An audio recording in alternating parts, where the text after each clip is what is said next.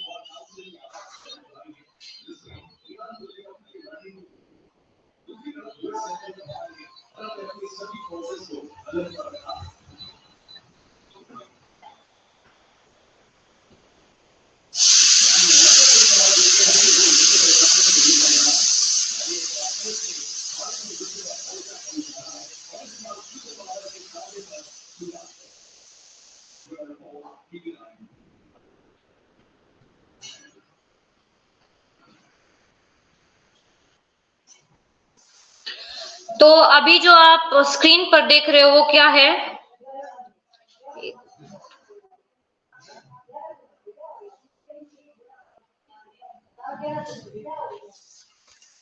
Screen पर जो देख रहे हो ये आप सबको पता है हमारा इंस्टाग्राम हैंडल है, व्हाट्सएप ग्रुप है। तो जिसने भी ज्वाइन नहीं किया है, जिसने भी चैनल को सब्सक्राइब नहीं किया वो चैनल को सब्सक्राइब कर लो क्योंकि यहाँ पर आपको एग्जाम से रिलेटेड सारी लाइव अपडेट दी जाती हैं। ठीक है, ये जो फिलर फॉर्म है, फिलर फॉर्म का टेलीग्राम ग्रुप है, व्हाट्सएप ग्रुप है और इंस्टाग्राम चैनल है। आप इनसे जुड़ जाइए ताकि आपको क्या मिलती रहे, सारी लाइव अपडेट यहाँ पर मिलती रहेंगी। उसके बाद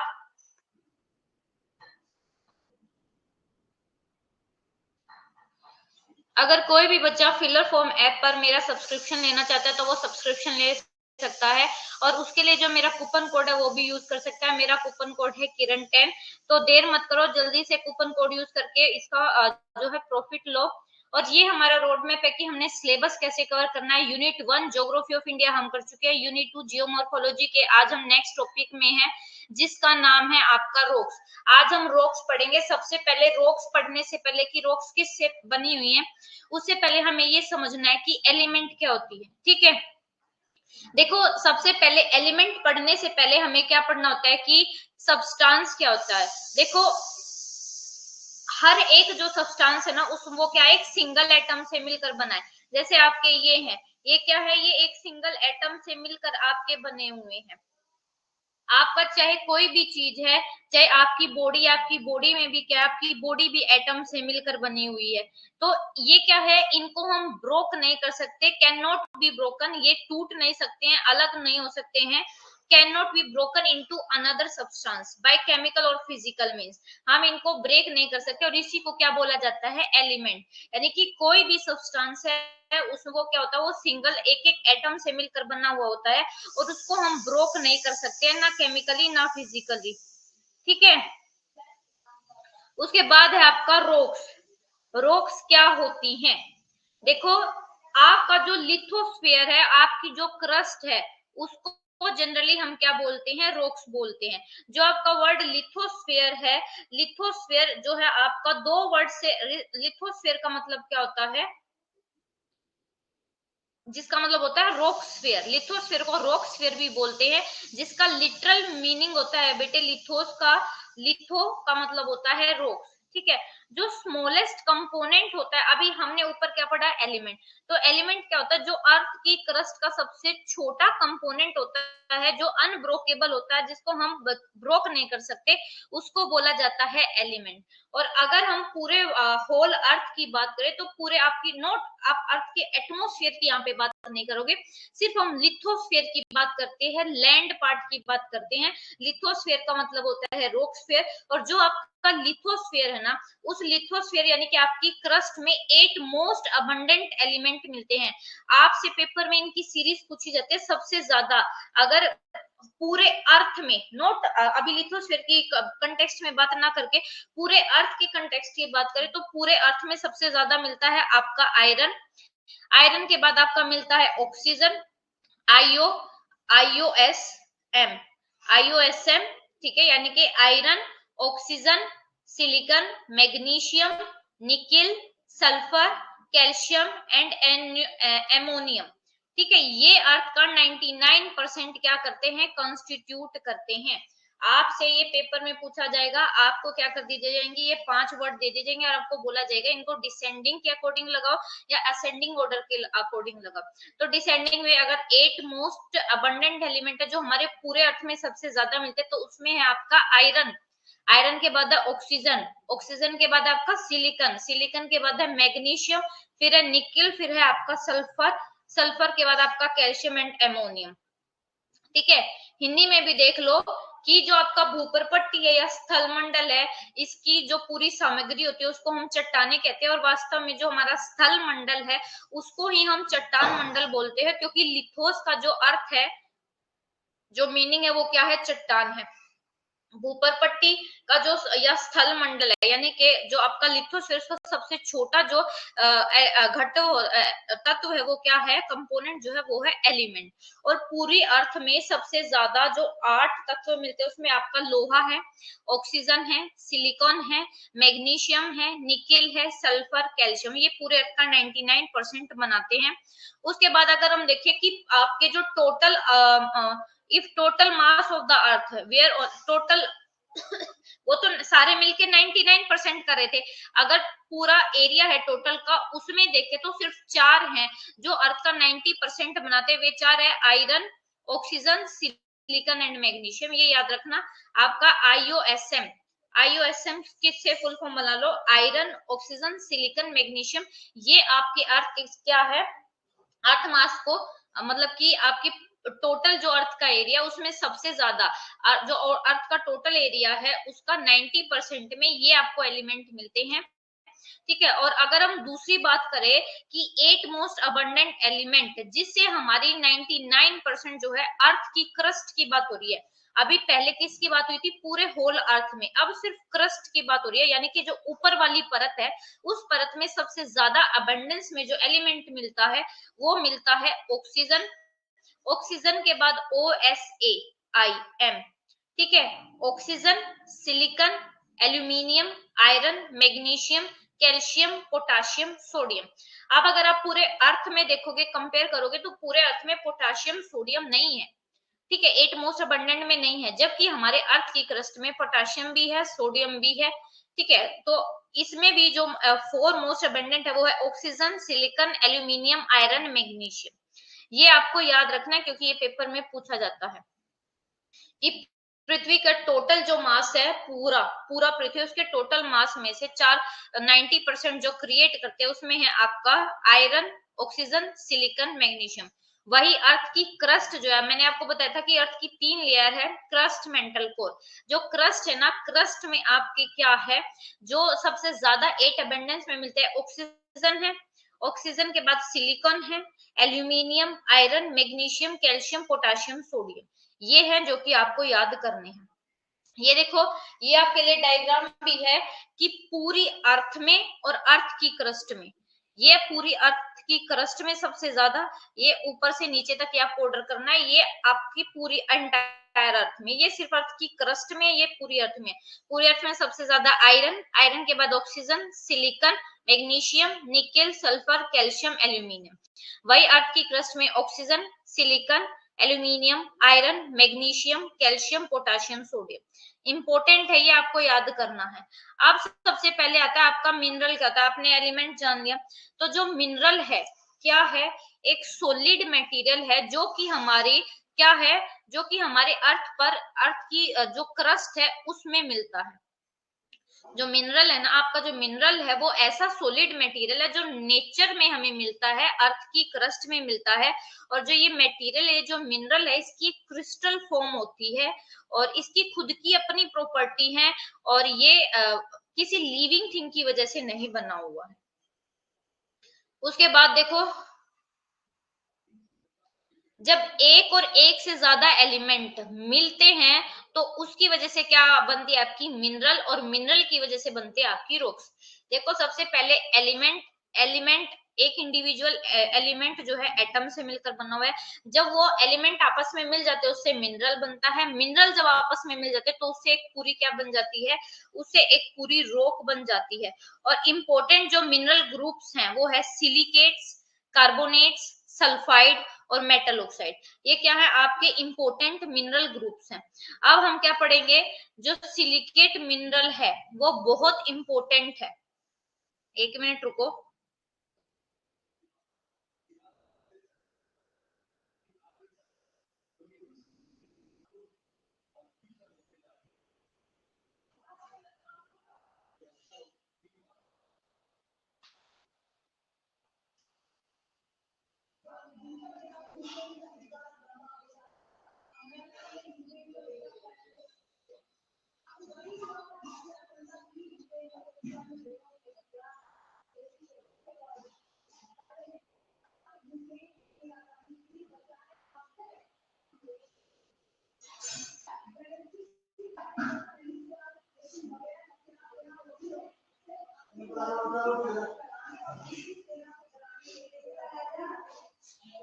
ठीक है, तो अगर, अब उसके बाद सबसे इंपॉर्टेंट जो मिनरल है ना बेटे, वो कौन सा है आपका, सिलिकेट मिनरल है सबसे इंपॉर्टेंट।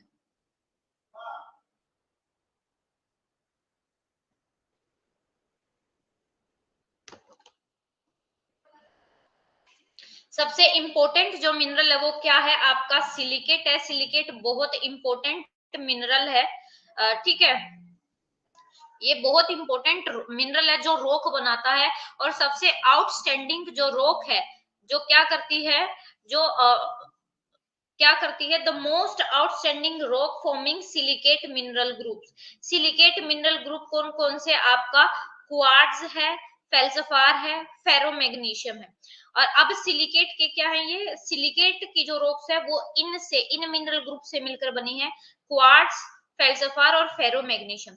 और जो क्वार्ट्ज है ना वो भी 2 एलिमेंट से कंपोज है, 2 एलिमेंट से मिलकर बना है। और ऑक्सीजन। और जनरली ये जो क्वार्ट्ज है ये क्या है, हार्ड है और रेजिस्टेंट मिनरल है। मतलब कि बेटे ये जो आपका क्वार्ट्ज है ना, इससे पानी रिस कर नीचे नहीं जाता इजीली, क्या है यहाँ से ये पानी को फिल्टर नहीं होने देता, तो ये हार्ड है और इसका इजीली इरोजन नहीं होता है हमारा क्वार्ट्ज का। तो क्वार्ट्ज दो से मिलकर बनी है, सिलिकॉन और ऑक्सीजन। और क्वार्ट्ज हार्ड है, रेजिस्टेंट मटेरियल है। और जो सिलिकेट है, सिलिकेट मिनरल 4 मिनरल ग्रुप से मिलकर बने हैं। जो सिलिकेट रॉक्स है वो क्वार्ट्ज, फेल्सिफार, फेरोमैग्नीशियम। उसके बाद आपका क्या है कि जो सबसे ज्यादा अबंडेंट और important rock forming silicate mineral है वो क्या है आपका, फेल्सिफार। और फेल्सिफार भी क्या है, बहुत इम्पोर्टेंट है इकोनॉमिकली। इकोनॉमिकली का मतलब होता है कि पैसे प्रॉफिट देने में ये बहुत इकोनॉमिकली क्या है, इंपॉर्टेंट है, क्योंकि आज इसका क्या हो रहा है, ट्रेड हो रहा है। क्यों? क्योंकि ये किस में यूज हो रहा है, आपकी क्रेमेसिस में और ग्लास जो इंडस्ट्री, ग्लास इंडस्ट्री वगैरह बनाने में, और जो आपकी भट्टी वगैरह वहां पे इसका इकोनॉमिकली बहुत यूज हो रहा है। लेकिन और जो फेल्सिफार है ना वो बहुत वीक मिनरल है और इसका इजीली क्या हो जाता है, इरोजन हो जाता है। ये इसका इजीली क्या हो जाता है, डिकम्पोजिशन होता है। क्यों? क्योंकि ये इसकी जो केमिकल वेदरिंग है, मतलब कि ये केमिकल सस्पेक्टेबल है, ये केमिकली बहुत जल्दी रिएक्ट करता है। और ये क्या होता है, इसकी वेदरिंग हो जाती है। और ये क्या किस में चेंज होता है, क्ले में और हाइड्रेटेड एल्यूमिनियम सिलिकेट्स में ये चेंज होता है। उसके बाद कहते हैं व्हेन सिलिकॉन एंड ऑक्सीजन, जब सिलिकॉन और ऑक्सीजन आयरन के साथ कंबाइन हो जाते हैं तो क्या बनता है, मैग्नीशियम और फेरोमैग्नीशियम बन जाता है। अभी हम सिलिकेट पढ़ रहे हैं ना, सिलिकेट में आप क्वार्ट्ज पढ़ा आपने, क्या पढ़ा, क्वार्ट्ज के बाद फेल्सिफार पढ़ा, अब फेरोमैग्नीशियम पढ़ रहे हो। जब सिलिका के साथ ऑक्सीजन, जब सिलिकॉन ऑक्सीजन और आयरन कंबाइन हो जाते हैं तो आपका मैग्नीशियम, सिलिकॉन ऑक्सीजन किसके साथ कंबाइन हो जाते हैं, आयरन और मैग्नीशियम के साथ, तो आपका क्या बनता है, फेरो मैग्नीशियम मिनरल बनता है। और ये जो फेरो मैग्नीशियम मिनरल है ये क्या है, ये इजीली वेदर्ड और इरोडेड हो जाता है, मतलब कि इसका इरोजन जल्दी, वेदरिंग जल्दी हो जाता है और ये जल्दी से रिमूव हो जाता है। तो इसको भी हम क्या है, जैसे डैम वगैरह अगर बनाने के लिए यूज किया जाए तो ये वहां पर इंपॉर्टेंट नहीं है, क्योंकि इसका जल्दी से इरोजन हो जाएगा, वो डैम टूट जाएगा। और ये जो रॉक है, जिन रॉक्स में फेरो मैग्नीशियम मिनरल बहुत ज्यादा मात्रा में मिलता है वो रॉक कैसा स्ट्रक्चर प्रोवाइड करती है, बहुत वीक रॉक होती हैं, उनसे हम बिल्डिंग नहीं बना सकते, रोड नहीं बना सकते, डैम नहीं बना सकते। ये देखो, the rock having abundant ferromagnesium minerals provide weak structure for the construction of building, road, dam, reservoirs and tunnels. तो उनके लिए क्या है ना, बहुत वीक क्या है, स्ट्रक्चर प्रोवाइड करती है। अब उसके बाद आपका है सेकंड जो ग्रुप है, आपने सिलिकेट ग्रुप तो पढ़ लिया, अब सेकंड है आपका कार्बोनेट ग्रुप। अब जो कार्बोनेट ग्रुप है मिनरल का, वो भी बहुत ज्यादा क्या है, देखो कार्बोनेट वाले जो भी आपके होंगे ना, जो भी आपके मिनरल्स होंगे उनका इरोजन बहुत जल्दी होगा, क्योंकि ये सॉफ्ट रॉक होती है, इनकी वेदरिंग और इनका ये केमिकली बहुत जल्दी रिएक्ट करते हैं। एग्जांपल आपका लाइमस्टोन, आपका चूना पत्थर, जैसे जब हम प्ले ग्राउंड में खेलते हैं या कोई गेम होता है तो वहां पे चूना बिछाया जाता है, उसको लाइमस्टोन कहते हैं, तो वो इजिली पानी के साथ रिएक्ट करके चेंज हो जाता है। तो जो कार्बोनेट ग्रुप की मिनरल्स है वो बहुत ज्यादा सस्पेक्टेबल है, किसके, उनकी केमिकल वेदरिंग बहुत ज्यादा होती है और उनका इरोजन ह्यूमिड एरिया में बहुत ज्यादा होता है। ह्यूमिड एरिया क्यों लिखा है, क्योंकि ह्यूमिड एरिया में क्या होता है, बारिश ज्यादा होती है, जब बारिश ज्यादा होगी पानी ज्यादा आएगा, पानी ज्यादा आएगा तो वो उन रॉक्स के साथ रिएक्ट करेगा, रिएक्ट से आपके क्या हो जाएगा, उन रॉक्स का इरोजन हो जाएगा। जो कैल्साइट है वो बहुत इंपॉर्टेंट मिनरल है इस ग्रुप का, लाइमस्टोन है, मार्बल है, ये भी क्या है, बहुत जल्दी क्या हो जाते हैं, कोरोड हो जाते हैं। कोरोड मतलब कि कोरोजन, ठीक है, कोरोजन का मतलब होता है इनमें जब जंग लग जाता है और उसके बाद इनकी वजह से क्या हो जाता है, कोरोजन, कोरोजन, एक मिनट, और एब्रेशन। कोरोजन और एब्रेशन का मतलब होता है बेटे जब क्या हो जाता है, इनका जल्दी जल्दी इरोजन हो जाता है। और दूसरा, ग्राउंड वाटर क्या है, बहुत जल्दी से इनको कोरोड कर देता है, जिसकी वजह से फिर जो आपका अंडरग्राउंड वाटर होता है ना, यानी कि भूमि के नीचे जो जल होता है वो क्या करता है, वहां पे जब आपकी लाइमस्टोन रॉक होती है तो पानी करता है, रिएक्ट करता है, जिसकी वजह से गुफाएं बन जाती है अंदर। आप कभी कभी देखते हो जंगलों में जाते हो तो वहां पे आपको गुफाएं देखने को मिलती है, तो उनका रीजन ये है कि वहां पे कार्बोनेट रॉक होती है और पानी रिएक्ट करके वहां पे क्या कर देता है, होल कर देता है। ठीक है, तो इस तरीके का अगर कोई कार्बोनेट ग्रुप का कोई भी मिनरल है तो वो बहुत वीक स्ट्रक्चर प्रोवाइड करेगा, क्योंकि उससे ना तो कोई कंस्ट्रक्शन वर्क हो सकता, ना कोई हम बिल्डिंग बना सकते, कोई रोड नहीं बना सकते, डैम बना नहीं सकते, तालाब नहीं बना सकते, कोई टनल नहीं बना सकते, क्योंकि ये बहुत वीक स्ट्रक्चर प्रोवाइड करती है कार्बोनेट ग्रुप की रॉक्स।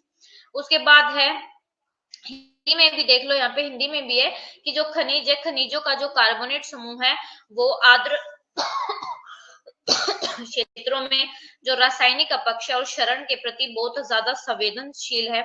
और कैल्साइट इस समूह का सबसे महत्वपूर्ण खनिज है। प्रचुर मात्रा में कैल्साइट और चूना पत्थर संगमरमर ये जो भूमिगत जल उससे क्या हो जाते हैं, संसारित हो जाते हैं, मतलब कि हट जाते हैं, इनका इरोजन हो जाता है, जिसकी वजह से गुफाएं बन जाती है।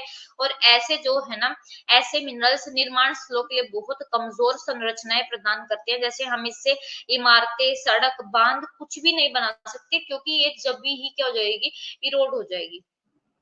हमने सिलिकेट पढ़ लिया, कार्बोनेट पढ़ लिया, अब थर्ड है सल्फाइड मिनरल्स। सल्फाइड मिनरल्स में आपका पायराइट्स है, आयरन सल्फाइड है। जब ये मिनरल किसके कांटेक्ट में आते हैं, पानी के या हवा के कांटेक्ट में आते हैं, तो ये क्या फॉर्म करते हैं, फेरिक हाइड्रोक्साइड या सल्फ्यूरिक एसिड फॉर्म करते हैं, जो कि इन्वायरमेंट प्रॉब्लम के लिए बहुत ज्यादा सीरियस है। इससे जो इन्वायरमेंटल इशू है वो ज्यादा होते हैं। ठीक है, उसके बाद फोर्थ है मेटेलिक एलिमेंट। मेटेलिक एलिमेंट में है आपका आयरन है, एल्यूमिनियम है। जब ये आपके आयरन और एल्यूमिनियम एटमोस्फेयर में ऑक्सीजन के साथ रिएक्ट करते हैं तो मेटल ऑक्साइड क्या है, बन जाता है, जो कमर्शियली बहुत ज्यादा इंपॉर्टेंट है। अब आपकी रॉक्स में ये रॉक्स का क्या दे रखा है, आपको डेफिनेशन दे रखा है, ये पढ़ने की जरूरत नहीं है। अब आपका है चट्टानों के प्रकार। आप जो रॉक्स है वो तीन टाइप है। आग्नेय चट्टान जिसको इंग्लिश में बोला जाता है इग्नियस रॉक, सेकंड इज अवसादी चट्टान जिसको इंग्लिश में बोला जाता है sedimentary rocks, and third is रूपांतरित रॉक्स जिसको इंग्लिश में बोला जाता है मेटामॉर्फिक रॉक्स। ठीक है, ये देखो रॉक्स का क्लासिफिकेशन किया हुआ है आपकी। सबसे पहले है ये इग्नियस रॉक, फिर आपकी sedimentary rock, metamorphic rock. Igneous rock को दो पार्ट में डिवाइड कर रखा है, इंट्रूसिव और एक्सट्रूसिव। ये इग्नियस रॉक की वजह से ये क्या बनते हैं, लैंड फॉर्म बनते हैं, इंट्रूसिव लैंड फॉर्म या इंट्रूसिव रॉक्स और एक्सट्रूसिव रॉक। इंट्रूसिव में आपका ग्रेनाइट है, डायोराइट है, एक्सट्रूसिव में आपका बेसाल्ट है, एंडेसाइट है, प्यूमिस है। वही फिर आपका सेडिमेंट्री है, सेडिमेंट्री में आपका क्लास्टिक है, ऑर्गेनिक है, केमिकल है। मेटामॉर्फिक है, मेटामॉर्फिक में फोलिएटेड है, नॉन फोलिएटेड है। अब ये पढ़ते हैं कि इग्नियस रॉक क्या है। ये देखो रॉक्स का क्लासिफिकेशन किया हुआ है। जो हमारी क्रस्ट है, क्रस्ट पे जो रॉक है उनको बहुत सारे ग्राउंड पर डिवाइड किया हुआ है, मतलब कि अलग अलग तरीके से उनको डिवाइड किया, जैसे मोड ऑफ फॉर्मेशन के बेस पे कि वो कैसे बनी हुई है रॉक्स, उसके बेस पर रॉक डिवाइड है। उनकी फिजिकल और केमिकल प्रॉपर्टी के बेस पे, उनकी लोकेशन के बेस पे सबने क्या है, रॉक्स को डिवाइड कर रखा है। और मोड ऑफ फॉर्मेशन के बेस पर जो हमारी रॉक्स है उनको तीन ब्रॉड कैटेगरी में डिवाइड कर रखा है। सबसे पहले है इग्नियस रॉक, फिर आपकी सेडिमेंट्री रॉक, फिर है आपकी मेटामॉर्फिक रॉक।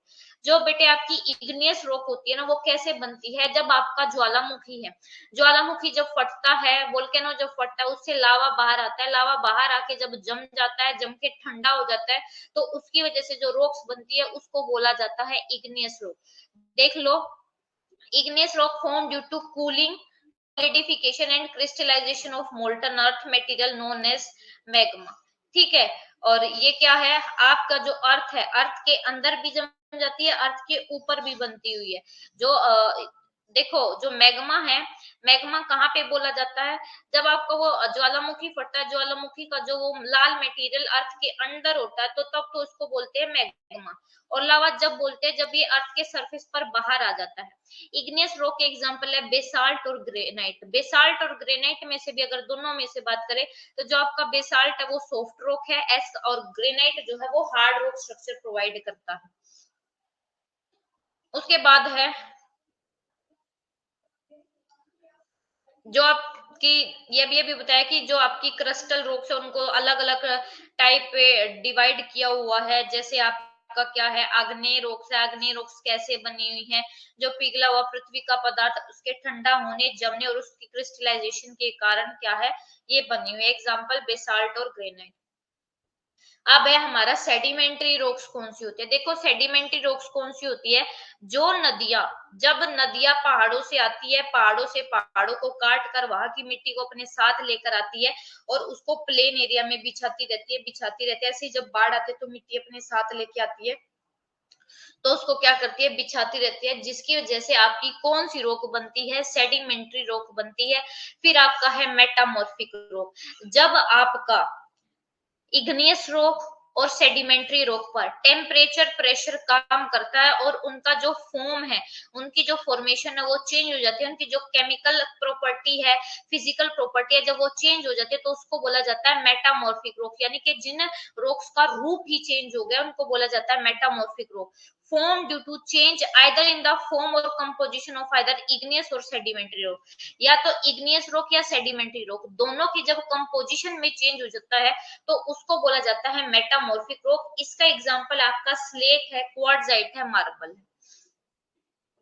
देखो ये आपके टाइप है रॉक्स के, आपका ये इग्नियस रॉक है, सेडिमेंट्री रॉक है, मेटामॉर्फिक रॉक है। ठीक है।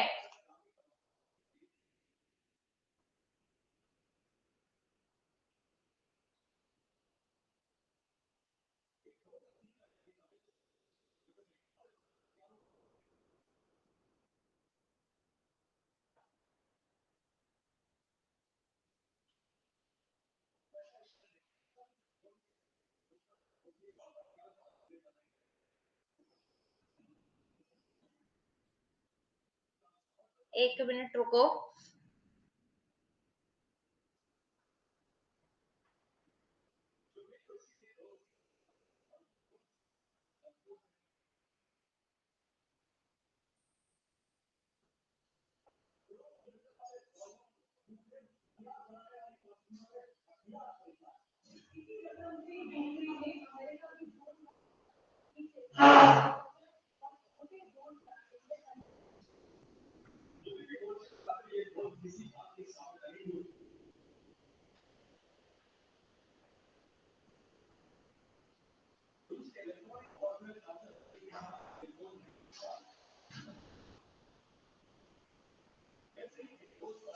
ठीक है।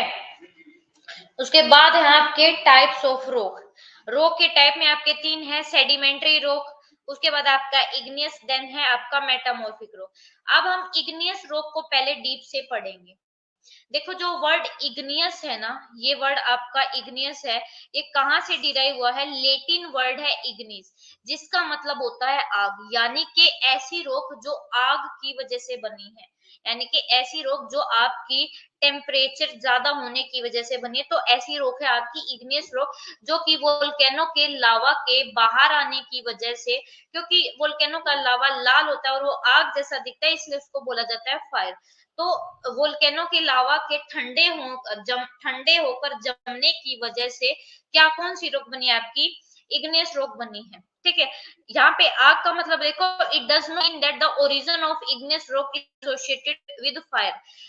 इग्नियस का मतलब फायर है, तो इसका मतलब ये नहीं है कि जो इग्नियस रॉक है वो आपकी आग से बनी है। नहीं, जो इग्नियस रॉक है वो किस से बनी हुई है? Form due to cooling, solidification and crystallisation of hot and molten material known as magmas and lava. यानी कि जो इग्नियस रॉक आपकी किसकी वजह से बनी है? आपका जो लावा है, लावा के कूल होने, ठंडे होने और क्रिस्टलाइजेशन की वजह से रॉक्स बनी है, उसको मैग्मा या लावा बोला जाता है। और जो मैग्मा और लावा होता है वो बहुत हॉट होता है और वो इतना ज्यादा गर्म होता है कि वो एक कैसा है, जैसे आग का एक लाल पीस होता है ना, आग का एक पीस अगर हम कट करके देखें तो वो मैग्मा से या लावा से मैच करता है। इसलिए इग्नियस रॉक को, या इग्नियस का मतलब क्या है? फायर है। और इग्नियस रॉक को ये याद रखना, ये आपके स्टेटमेंट में पूछा जाएगा कि इनको हम प्राइमरी रॉक्स भी बोलते हैं, क्योंकि ये आपकी अर्थ पे सबसे पहले बनी हुई हैं। Because these were originated first of all. आपकी अर्थ पर सबसे पहले बनने वाली रॉक्स कौन सी है? Igneous rock. इसलिए इनको क्या बोला जाता है? प्राइमरी रॉक्स बोला जाता है। हिंदी में भी देख लो आप इसको कि जो आग्नेय शब्द है उसकी उत्पत्ति लेटिन शब्द इग्निस से हुई है, जिसका मतलब है अग्नि। इसका मतलब ये नहीं है कि आपकी जो आग्नेय चट्टान है उसकी उत्पत्ति किसी तरह से भी जुड़ी हुई है। वास्तव में अगर रियलिटी में हम बात करें तो जो आग्नेय चट्टाने हैं वो मैग्मा और लावा नामक जो गर्म और पिघला पदार्थ है उसके ठंडा होने, जमने और क्रिस्टलाइजेशन के कारण बनती है। क्योंकि मैग्मा और लावा इतने गर्म होते हैं कि अगर वे आग के एक लाल टुकड़े की तरह दिखते हैं, लेकिन ऐसा नहीं है कि आग्नेय चट्टाने आपकी आग है। आग्नेय चट्टानों को प्राथमिक चट्टाने भी बोला जाता है क्योंकि इनकी उत्पत्ति किससे हुई है, आपकी अर्थ पे सबसे पहले हुई है, इसलिए इनको प्राइमरी रॉक्स बोला जाता है। ठीक है, ये कहते हैं the rocks during the formation of upper crust of the earth on cooling solidification and crystallization of hot and liquid magma after the origin of the earth। देखो इनको प्राइमरी रॉक इसलिए भी बोला जाता है क्योंकि ये रॉक अर्थ की क्रस्ट पर सबसे पहले बनी हुई है। यहाँ पे लावा गर्म होके ठंडा हो गया है और उसके जमने की वजह से ये रॉक बनी हुई है। और जो भी आपकी सब सीक्वेंट रॉक्स है, यानी कि इसके बाद चाहे कोई भी रॉक का टाइप है, चाहे वो सेडिमेंट्री रॉक है चाहे वो मेटामॉर्फिक रॉक है, वे डायरेक्टली और इनडायरेक्टली किस से बने हुए हैं, आपके इग्नियस रॉक से बने हुए हैं। देखो आपकी सेडिमेंट्री रॉक कौन सी है, सेडिमेंट्री रॉक वो है तब बनती है जब आपकी नदियां या आपकी विंड जो मिट्टी वगैरह उसको कहीं रॉक वगैरह को कहीं और से ले जाके कहीं और पर बिछा देती है। तो वो मिट्टी जो नदियां वो कहाँ से लेके आती है, पहाड़ों पे या कहीं प्लेट्यू एरिया पे, तो वहां से वो रॉक कैसे बनी हुई है, वो वोल्केनो के इरप्शन की वजह से बनी हुई है। ऐसे ही जो मेटामॉर्फिक रॉक है वो कैसे बनती है, टेम्परेचर और प्रेशर जब काम करता है तो उसकी वजह से बनती है। तो डायरेक्ट और इनडायरेक्टली जो आपकी इग्नियस रॉक है, ठीक है, वो क्या है, बेस प्रोवाइड करती हैं, इसलिए इनको क्या बोला जाता है, पेरेंट रॉक बोला जाता है। क्योंकि बाकी जितने भी रॉक है वो इनसे ही बनी हुई है। और ये बिलीव किया गया है कि जो इग्नियस रॉक है वो आपकी जियोलॉजिकल जो हिस्ट्री रही है उसकी हर एक पीरियड के दौरान बन रही थी। और ये भी बिलीव किया गया कि आज ये बन रही है। ठीक है, ये बिलीव किया गया है कि आज भी ये जो रॉक्स है ये क्या है बेटे, आपकी बन रही है। हिंदी में देखो कि जो पृथ्वी की उत्पत्ति के बाद गर्म और जो तरल मैग्मा के ठंडा होने, जमने और क्रिस्टलीकरण होने पर पृथ्वी की जो ऊपरी परत के निर्माण के दौरान ये चट्टानें बनी थी। और इस प्रकार जो बाद की सभी चट्टानें वो डायरेक्ट और इनडायरेक्ट रूप से किसी ना किसी तरह से आग्नेय चट्टाने से बनी हुई है। इसलिए इन आग्नेय चट्टानों को मूल चट्टान या बेस रॉक भी बोला जाता है, या आप इसको पेरेंट रॉक भी बोलते हैं। और ऐसा माना जाता है कि पृथ्वी का जो भूगर्भिक इतिहास रहा, यानी कि जितना भी जियोलॉजिकल हिस्ट्री रहा है, जियोलॉजिकल हिस्ट्री के हर पीरियड में एपक में इन चट्टानों का निर्माण हुआ था और अभी भी हो रहा है इन इग्नियस रॉक का।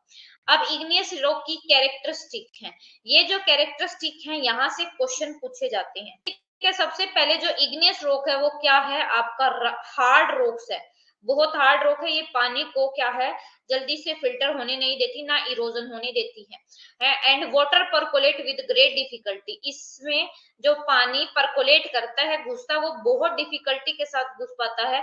कहीं पर जॉइंट होंगे ना, दरार होंगे तो ही पानी अंदर चला जाता है, अदरवाइज ये रॉक्स पानी को अंदर नहीं जाने देती हैं। कभी कभी क्या हो जाता है कि ये रॉक इतनी भी सॉफ्ट हो जाती है, किस लिए सॉफ्ट हो जाती है, जब इन्वायरमेंट के साथ इनका एक्सपोजर ज्यादा हो जाता है, लॉन्गर ड्यूरेशन की वजह से, या मतलब कि ऐसा है कि कोई जो रॉक है वो ज्यादा ही विंड के कनेक्शन में है या ज्यादा वहां पर पानी है, तो वहां पे क्या हो जाता है कि वो इजीली उसका डग आउट हो जाता है, इजीली उसका इरोजन हो जाता है। Example basalt rock, basalt rock कहाँ पे मिलती है, जहाँ पे आपका समुद्र के नीचे जो लैंड का पार्ट है वहां पे मोस्टली जो रॉक है वो बेसाल्ट है और वहां पे उसका इरोजन इजीली हो जाता है। ठीक है, और आपकी इग्नियस रॉक वो क्या है, ग्रेनुलर, ग्रेनुलर मतलब और क्रिस्टलाइन, यानी कि इसमें दाने मिलते हैं लेकिन इनके साइज में बहुत ज्यादा वेरिएशन है। और ये टेक्सचर जो है इनका ग्रेन है इसमें बहुत ज्यादा वेरिएशन है। ये लार्जली डिपेंड करती है कि आपकी जो इग्नियस रॉक है उसके दाने मोटे हैं छोटे, वो डिपेंड करता है कि लावा कितनी जल्दी ठंडा हुआ है या लावा धीरे धीरे ठंडा हुआ है। अगर लावा बहुत जल्दी ठंडा हुआ है तो जो दाने होंगे वो मोटे होंगे, और लावा अगर धीरे धीरे ठंडा हो तो दाने क्या होंगे, छोटे छोटे होंगे। उसके बाद ये हिंदी में भी देख लो कि जो आग्नेय चट्टाने हैं वो मोटे तौर पर कठोर चट्टाने होते हैं और पानी जोड़ों के साथ बड़ी कठिनाई से रिश्ता है। और कभी कभी लंबे समय तक जब ये इन्वायरमेंटल कंडीशन के संपर्क में ज्यादा रहता है तो ये बहुत नरम हो जाती है, जिसकी वजह से इनका इरोजन इजीली हो सकता है। ये क्रिस्टलाइन होती है, इनका जो आकार है उसमें वेरिएशन है, शेप में वेरिएशन है, और ये काफी हद तक इस पर डिपेंड करती है कि मैग्मा या जो लावा है वो कितनी जल्दी गर्म हो, कितनी जल्दी ठंडा हुआ या धीरे धीरे ठंडा हुआ है, उस पर भी डिपेंड करता है कि इनका जो ग्रेनुलर है, दाने हैं, वो छोटे होंगे या बड़े होंगे। ठीक है। और इग्नियस रॉक में जैसे आपका सेडिमेंट्री रॉक, उसमें स्ट्राटा मिलते हैं ना, जैसे पहले एक लेयर जमी, फिर दूसरी, फिर तीसरी। लेकिन इग्नियस रॉक में कोई स्ट्राटा या कोई लेयर नहीं मिलती है, क्योंकि लावा एक रीजन में बहता है बहुत सा। ठीक है, लेयर आफ्टर लेयर आती रहती है, लेकिन इसमें कोई क्या है, स्ट्राटा नहीं है। जो लावा के ये लेयर होती है ना, इनको ट्रैप बोला जाता है, क्योंकि ये क्या हो जाती है, ये लावा एक दूसरे पर सॉलिड हो जाता है, इसलिए इसमें क्या है, कोई ट्रैप या कोई भी लेयर देखने को नहीं मिलती। और यहाँ पे क्या हो जाता है, कभी कभी कंफ्यूजन भी हो जाती है अबाउट द लेयर और स्ट्रेटा, बट एक्चुअली में अगर हम बात करें तो कोई स्ट्रेटा नहीं होता है, there are no strata, rather these are layers of lava. ठीक है, ये लेयर्स होती है लावा की। कि जो आग्नेय चट्टाने में तलछटी चट्टानों की तरह स्तर नहीं मिलते हैं। जब किसी क्षेत्र में लावा का प्रवाह कई चरणों में था, तो लावा की जैसे वोल्केनो का इरप्शन अब 5 मिनट पहले हुआ, फिर हुआ 5 मिनट, हर 5 मिनट के गैप पे हो रहा है ना, तो उनकी परत एक के ऊपर जमा होकर कठोर हो जाती है, तो उसमें परत नहीं पता चलती, ट्रैप होते हैं। जबकि जो मिट्टी है, मिट्टी के ऊपर एक परत 10,000 साल पहले तो 20,000 साल बाद आई, तो वो पता लगता रहता है। ठीक है, तो हमें ये पता है कि जो वाटर है वो पेनिट्रेट नहीं कर पाएगा, इजीली नहीं घुस पाएगा इग्नियस रॉक से। और इग्नियस रॉक बहुत कम अफेक्टेड है, इग्नियस रॉक का केमिकल वेदरिंग नहीं होता। लेकिन जो बेसाल्ट है, आपके इग्नियस रॉक के दो एग्जांपल थे, एक बेसाल्ट बताया था, एक ग्रेनाइट। ग्रेनाइट हार्ड स्ट्रक्चर है, बेसाल्ट क्या है, इजीली वेदर्ड हो जाता है और इरोड हो जाता है। ठीक है, और जब ये कांस्टेंट टच में रहता है वाटर के, तो जो मोटे दाने वाली इग्नियस रॉक है उसमें क्या हो जाता है, फिजिकल वेदरिंग उनकी हो जाती है। ठीक है, इग्नियस रॉक में फोसिल नहीं होते। फोसिल कैसे होंगे, क्योंकि जो आपका लावा है, लावा में तो बच ही नहीं सकता, सब कुछ जल जाता है। फोसिल क्या होते हैं, कोई आपका डेड एनिमल है उसकी हड्डी है, कोई आपका डेड एनिमल है उसकी स्किन है, वो सारा उस सोयल में मिल जाता है। लेकिन इग्नियस रॉक में ऐसे कोई फोसिल नहीं होते, ये कोई फोसिल को कंटेन नहीं मिलता। और जैसे जैसे इग्नियस रॉक जहाँ पे जमी हुई है, तो उसमें नीचे से ऊपर चलोगे तो जो आपके जॉइंट है वो बढ़ते जाते हैं।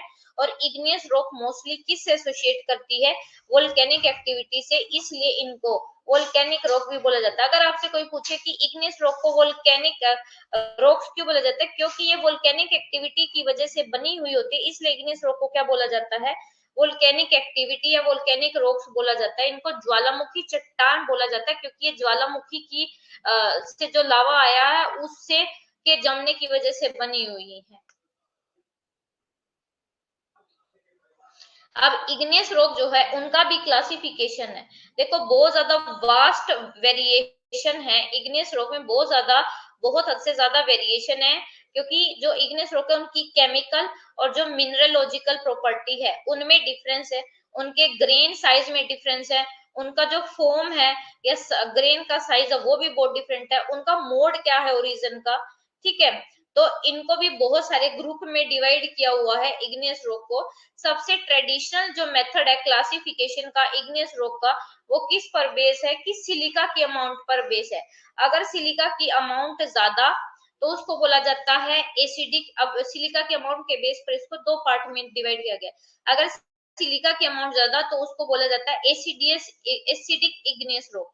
एसिडिक इग्नियस रॉक वो होती है जिसमें सिलिका की मात्रा ज्यादा, एग्जाम्पल ग्रेनाइट। वही अगर आप बेसिक इग्नियस रॉक कौन सी होती है, जिसमें सिलिका की मात्रा क्या होती है, कम, एग्जाम्पल गैब्रो। और ये पॉइंट आउट किया गया कि जो सिलिका का कंटेंट क्या है वो मेजर नहीं है, एसिडिटी का मेजर नहीं है कि एसिडिटी ज्यादा होगी, नहीं। जहाँ पे सिलिका का कंटेंट ज्यादा वो एसिडिक, जहाँ पे सिलिका का कंटेंट कम वो क्या होगा, बेसिक। ठीक है, अधिक सिलिका वाली अम्लीय आग्नेय चट्टाने जैसे ग्रेनाइट और कम सिलिका की मात्रा जिसमें होती है उसको क्या बोला जाता है, उसको बेसिक चट्टाने बोला जाता है। उसके बाद है आपका, अब सबसे पहले है मैफिक इग्नियस रॉक्स। जो मैफिक इग्नियस रॉक होती है, इसमें कौन सा मिनरल डोमिनेंस में मिलता है? आपके डार्क ग्रुप के मिनरल है, जैसे पायरोक्सिन है, आपका एम्फीबोल्स है। ठीक है, 1 मिनट रुको।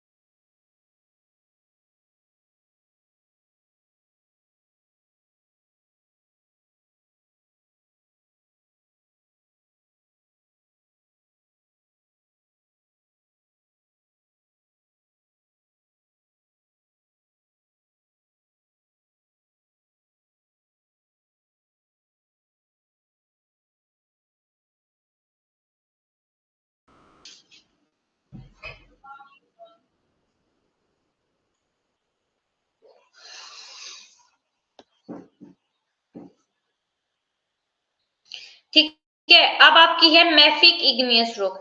मैफिक इग्नियस रॉक में जो मिनरल सबसे ज्यादा मात्रा में होता है वो कौन सा होता है? डार्क ग्रुप का। जैसे आपका पायरोक्सिन है, एम्फीबोल्स है और ओलिवेंस है। ये क्या है? ये इन सब में जो मैग्नीशियम का कंटेंट है और आयरन का जो कंटेंट है वो बहुत ज्यादा है। और जो ये वर्ड मैफिक है, इसका मतलब क्या है? मैग्नीशियम। ठीक है, और एफ से क्या है? आपका देखो क्या है? मैफिक। मैफिक में मैफिक का मतलब है मैग्नीशियम और एफ का मतलब है फेरस। ठीक है, तो एफ का मतलब, 1 मिनट, इस एम का मतलब मैग्नीशियम, एफ का मतलब फेरस और आई का मतलब है आयरन। ठीक है, इसका मतलब है कि ये जो मैफिक रॉक्स है इसमें मैग्नीशियम और आयरन का जो डोमिनेंस है वो बहुत ज्यादा है। उसके बाद आपका अल्ट्रा मैफिक इग्नियस रॉक, इसमें क्या है? पायरोक्सिन और ओलिवाइन जो मिनरल है उसका एबेंडेंस ज्यादा होता है। ये पायरोक्सिन और जो पेरियोडोटाइट है उसमें बहुत ज्यादा रिच है। 1 मिनट। उसके बाद है जो इग्नियस रॉक है ना, उसको टेक्सचर के बेस पे, यानी कि जब लावा है, लावा गर्म होके ठंडा होता है ना, तो लावा के अंदर छोटे छोटे दाने होते हैं, उन दाने के साइज पे इसको डिवाइड कर रखा है। सबसे पहले है पेगमाटाइटिक इग्नियस रॉक। पेगमाटाइटिक इग्नियस रॉक क्या होती है? बहुत कोर्स ग्रेन होती है, मतलब कि इसके जो क्रिस्टल होते हैं ना वो बहुत बड़े बड़े होते हैं। ठीक है, एग्जाम्पल ग्रेनाइट। ग्रेनाइट के दाने क्या है? बहुत बड़े। है फेनेरिटिक इग्नियस रॉक।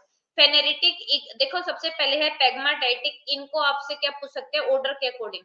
पहले है पेगमाटाइटिक, फिर है फेनेरिटिक। फेनेरिटिक इग्नियस रॉक क्या होती है? जो फेनेरिटिक है ना, वो ग्रीक वर्ड से निकला है, फेनरो, जिसका मतलब होता है विजिबल। इनके दाने पेगमाटाइटिक से क्या होते हैं, थोड़े छोटे होते हैं। उसके बाद होता है फिर एफेनेटिक, ये फाइन ग्रेन, बिल्कुल महीन महीन दाने होते हैं, सो माइन्यूट कि जो हम अपनी आंखों से इनको देख भी नहीं पाते। उसके बाद है ग्लासी, देखो सबसे पहले आपका कौन सा था, पेगमाटाइटिक, फिर है फेनेरिटिक, फिर है एफेनेटिक, फिर है ग्लासी। इसमें कोई साइज ही नहीं होता है, ग्रेन का साइज ही नहीं होता है। फिर है पोर्फिरिट्रिक, इसमें क्या होता है, मिक्स साइज होता है। ठीक है, देखो मोड ऑफ अकरेंस के बेस पर इग्नियस रॉक को दो ग्रुप में डिवाइड किया है, कि जो इग्नियस रॉक है, जो लावा है, वो अर्थ के नीचे ही जम गया या अर्थ के ऊपर है, उसके बेस पे इसके दो आपके ग्रुप है, इंट्रूसिव इग्नियस रॉक और extrusive igneous rock. Intrusive rock में आपका प्लूटोनिक है और हाइपा बेसल है, और एक्सट्रूसिव में आपका explosive type of quartz type है। देखो प्लूटोनिक इग्नियस रॉक कैसे बनी हुई है, जो मैग्मा है, मैग्मा जब अर्थ के अंदर ही जम के क्या हो जाता है, सोलिड हो जाता है, तो उसकी वजह से आपकी प्लूटोनिक इग्नियस रॉक मिलती है। और यहाँ पे जो रेट है कूलिंग का, ठंडा होने का मैग्मा का, वो क्या है, बहुत स्लो है, क्योंकि यहाँ पे टेम्परेचर बहुत ज्यादा आई है, जिसकी वजह से इनको सफिशिएंट टाइम मिल जाता है कि इसके जो ग्रेन है वो फुल्ली क्या हो जाते हैं, डेवलप हो जाते हैं। तो जो प्लूटोनिक इग्नियस रॉक है वो क्या है, बहुत कोर्स ग्रेन है, यानी कि इसके जो साइज है, दाने हैं, वो बहुत बड़े बड़े मिलते हैं। इसलिए जो ग्रेनाइट है वो बेस्ट रिप्रेजेंटेटिव है इस कैटेगरी का, प्लूटोनिक का।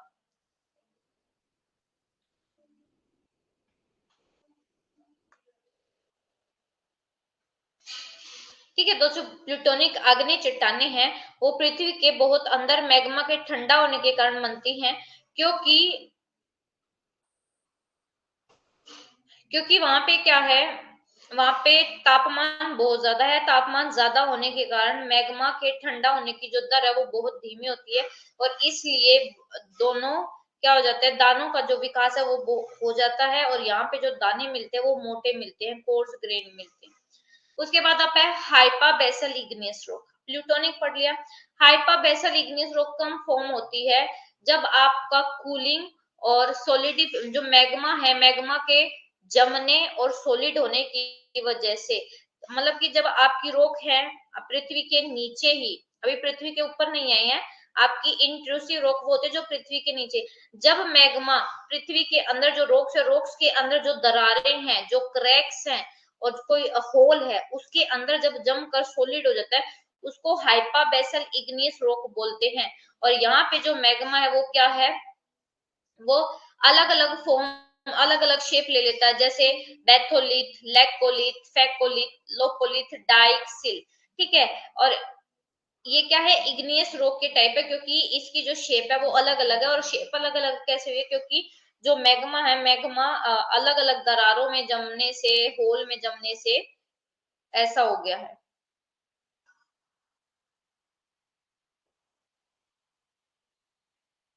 एक मिनट। उसके बाद है आपका अब एक्सट्रूसिव इग्नियस रॉक। देखो जो इग्नियस रॉक अर्थ के कूलिंग और सोलिडिफिकेशन की वजह से, यानी कि जब आपका मैग्मा अर्थ के ऊपर आ जाता है और लावा बन के बाहर आ जाता है, और जब वो लावा गर्म होके ठंडा हो जाता है, ठंडा होके जमता है, तो उसकी वजह से आपकी एक्सट्रूसिव इग्नियस रॉक बनती है। और जनरली जो आपकी एक्सट्रूसिव इग्नियस रॉक है, वो फिशर इरप्शन, वोल्केनो के फिशर इरप्शन, यानी कि दरारी उद्भेदन, जब आप एक दरार के सहारे लावा बाहर आता है, तो उसकी वजह से ये आपका बनता है। और जो एक्सट्रूसिव इग्नियस रॉक है, इसकी जो दाने हैं वो बहुत छोटे छोटे होते हैं। ठीक है, क्योंकि इनको बहुत कम टाइम मिल पाता है ठंडा होने के लिए, क्योंकि बाहर टेम्परेचर कम है, तो ये बहुत जल्दी ठंडे हो जाते हैं, इसलिए इनका साइज क्या है, इसलिए इनका साइज भी क्या है, छोटा है। उसके बाद है due to comparatively extremely low temperature of atmosphere and there is no enough time for development of grain or crystal। तो इसका जो एग्जाम्पल है वो क्या है, आपका बेसाल्ट, बहुत इंपॉर्टेंट और सिग्निफिकेंट एग्जाम्पल है एक्सट्रूसिव इग्नियस रॉक का। गैब्रो भी है, ऑब्सीडियन भी है, जो अदर एग्जाम्पल है। और जो एक्सक्लूसिव इग्नियस रॉक है, उनको दो मेजर कैटेगरी में डिवाइड किया हुआ है, एक्सप्लोजिव टाइप और क्वाइट टाइप।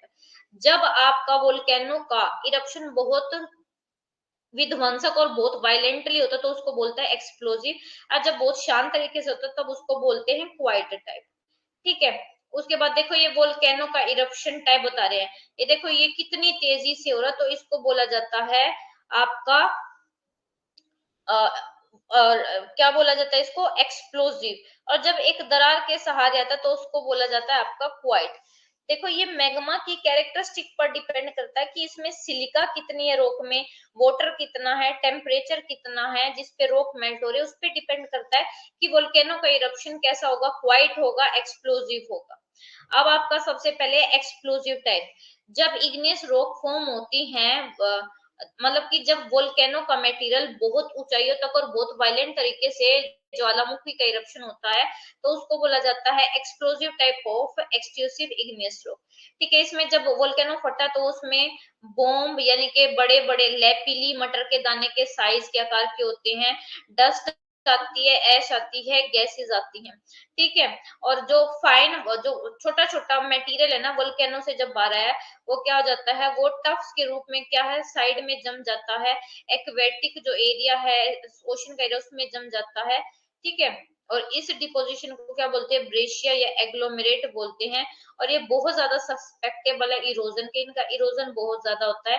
उसके बाद है क्वाइट टाइप, जब आपका थोड़ी बहुत दरार होती है, दरार से लावा बाहर आता है तो उसकी वजह से जो इरप्शन होता है उसको बोलते हैं quite type eruption. Example basalt जो है वो इसी की वजह से बना हुआ है। और उसके बाद है आपका इग्नियस रॉक को केमिकल कंपोजिशन के बेस पे डिवाइड कर रखा आपका acid igneous rock. Acid igneous rock कौन सी होती है, जिसमें सिलिका का कंटेंट 65 से 85 के बीच में होता है और इसकी डेंसिटी क्या होती है 2.75 से 2.8। इसमें जो क्वार्ट्ज है और व्हाइट और पिंक फेल्सफार है वो डोमिनेंट मिनरल है। एसिड इग्नियस रॉक में क्या है, सिलिका का कंटेंट ज्यादा है, कितना है 65 से 85 के बीच में, और जो डेंसिटी है वो 2.75 से 2.8 के बीच में है। इसमें क्वार्ट्ज और व्हाइट और पिंक फेल्सफार बहुत डोमिनेंट मात्रा में मिलते हैं। उसके बाद है जो एसिड इग्नियस रॉक है उसमें जनरली आयरन और मैग्नीशियम नहीं मिलता है। ठीक है। इसमें आयरन और मैग्नीशियम की कमी होती है। और एक एवरेज बात करें तो जो एसिड इग्नियस रॉक है वो क्या है, हार्ड है और इरोजन बहुत कम होता है। इसका एसिड इग्नियस रॉक का एग्जांपल है ग्रेनाइट, ये बहुत सिग्निफिकेंट एग्जांपल है, इंपॉर्टेंट एग्जांपल है एसिड इग्नियस रॉक का। और ये जो रॉक है इनका वेट बहुत लाइट होता है और ये बिल्डिंग मटेरियल में क्या है बहुत ज्यादा यूज किया जाता है, क्यों, क्योंकि इनका इरोजन बहुत कम होता है, इसलिए इनको बिल्डिंग मटेरियल में यूज किया जाता है। उसके बाद है basic igneous rock. Basic igneous rock में सिलिका का जो कंटेंट है वो 45 से 60% है और इसकी डेंसिटी है 2.8 से 3.0। और ये जो इग्नियस रॉक है इसमें फेरो मैग्नीशियम की मात्रा ज्यादा है। जब फेरो मैग्नीशियम की मात्रा ज्यादा है तो ये क्या है, ज्यादा सस्पेक्टेबल होंगे किसके, इरोजन के। जो बेसिक इग्नियस रॉक है वो इजीली इरोड हो जाती हैं जब ये रेगुलरली कांटेक्ट में आती है वाटर के। और ये रॉक्स क्या है, बहुत फाइन ग्रेन है, यानी कि इनके दाने बहुत छोटे छोटे मिलते हैं। एग्जाम्पल बेसाल्ट है, गैब्रो है, डोलेराइट है, ये सारे टिपिकल एग्जाम्पल है इस ग्रुप के। उसके बाद है इंटरमीडिएट इग्नियस रॉक। इसमें वो रॉक होती है जिसमें सिलिका का कंटेंट क्या होता है, बहुत कम होता है। एसिड इग्नियस रॉक से कम लेकिन बेसिक से ज्यादा होता है, तो ये बीच की होती हैं। और इनका जो डेंसिटी होती है वो 2.7 से 2.8 के बीच में होती है। फिर होती है अल्ट्रा बेसिक, इसमें क्या होता है जो सिलिका का कंटेंट 45 से कम होता है लेकिन इनकी डेंसिटी 2.8 से 3.4 होती है। उसके बाद आपका है ग्रेनाइट। जो ग्रेनाइट है ना, यहाँ पे जो कूलिंग होती है, ये जब मैग्मा की कूलिंग और सोलिडिफिकेशन अर्थ के अंदर हो जाती है और वहां पे बहुत ज्यादा हाई टेम्परेचर प्रिवेल करता है तो वहां पे क्या है, ग्रेनाइट बनता है। ठीक है।